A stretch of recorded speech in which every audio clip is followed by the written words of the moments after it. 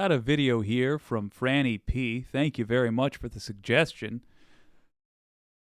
Well, it turns out if you are a child in the United States of America and your skin is black, all you have to do in order to get shot in the head is knock on a door. That's where we're at. We all need to take responsibility for this. We're going to talk about it on the other side. But first, I'd like you to see this reporting from The Hill.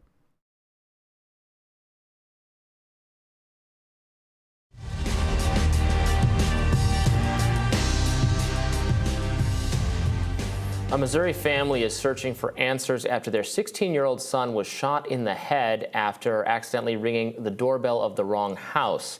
Now, according to Kansas City Police, Ralph Yarl, who's black, was asked by his parents to pick up his siblings at 115th Terrace, but accidentally approached a home on 115th Street instead. Now, after ringing the doorbell, Yarl was immediately shot by a white homeowner in the head. After watching him fall to the ground, the homeowner shot Yarl again. The wounded 16-year-old had to ask for help at 3 different homes before finally receiving assistance. He is currently in serious but stable condition. The homeowner, who police have not named, was taken into custody and placed on a 24-hour hold and then released by officials. No arrest has been made.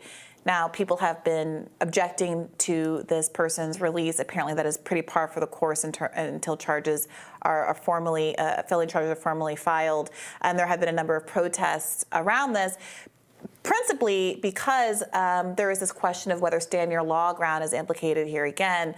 Missouri law does not require a person to first retreat before using deadly force if they feel their life is in danger.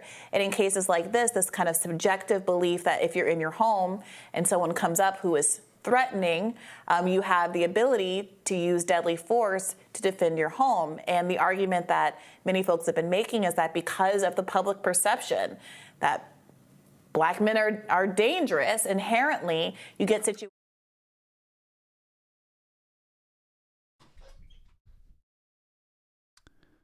What is this kid guilty of doing? This kid went up to a house. They thought it was the correct house. And they tried to get the homeowner's attention. And that homeowner shot them in the head. Then that homeowner walked up to him and shot him again. Really wanted to make sure they killed this 16-year-old child. Gets worse, Missouri. Your shame goes deeper, Missouri.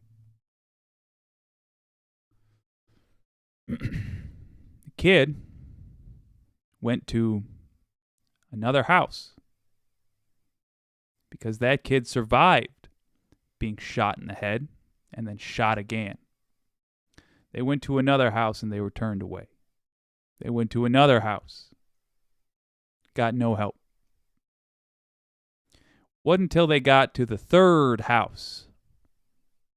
Third house they tried after being shot in the head and then shot again. Wasn't until they got to the third house that somebody deigned to call an ambulance.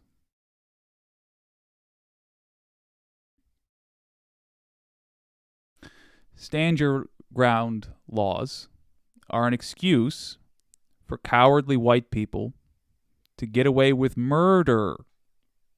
Murder. It's what they're used for. I don't care what they were designed for. What they are used for is that. They have to go. But what you can do on this is pretty straightforward. Link is in the description. Sign up to get notifications from the organization Black Lives Matter. They're going to be watching this. We must keep watching it. There's going to be one question. Does this person get charged? If they don't get charged, then that is the Missouri government saying there's nothing wrong with gunning down a child for having done what? Knocked on a door? What if that was a kid that was lost? Literally, a 16-year-old. What if their car broke down in an area that they didn't recognize, and they decided, well, I'll rely on my neighbors here. This is my first time driving. I'm 16. I didn't realize this car was going to break down. It's a vehicle I've never driven before because I'm 16. I'll knock on a door and I'll ask for directions. If the government of Missouri says that the homeowner didn't break a law, we have to march. My car, as a matter of fact, did just break down. I don't know how I'm going to get to Missouri, but I know if there's no charges, my feet, my Michigan feet, are going to be on the ground in Missouri. You should, if it is within the realm of possibility, make arrangements and be ready to go to Missouri. Because as of this moment, we have to acknowledge that it is the allies versus scum.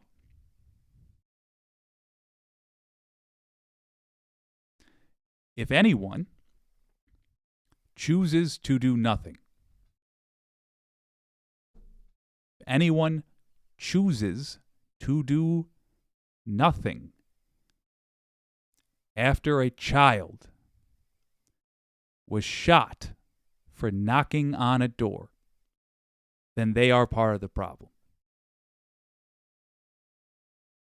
At a minimum,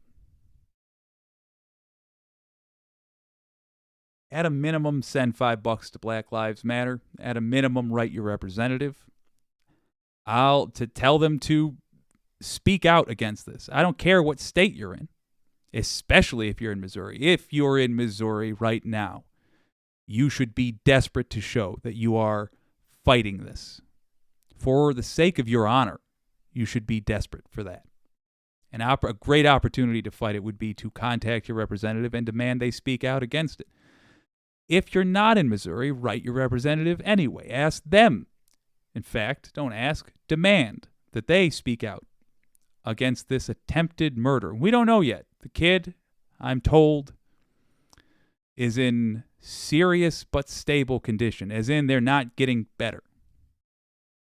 That's what stable means. It just means there haven't been changes. It's not a surprise, given the fact that a bullet just passed through the kid's brain. So, write your representative. Tell them to make this a national issue, to speak about this at every forum they can, and be prepared, if it is at all possible, if there is a way to get there, if you've got the sick time saved up, be prepared to go march and demand justice. Link to sign up for notifications from the organization Black Lives Matter is in the description. Get ready to march. It's time.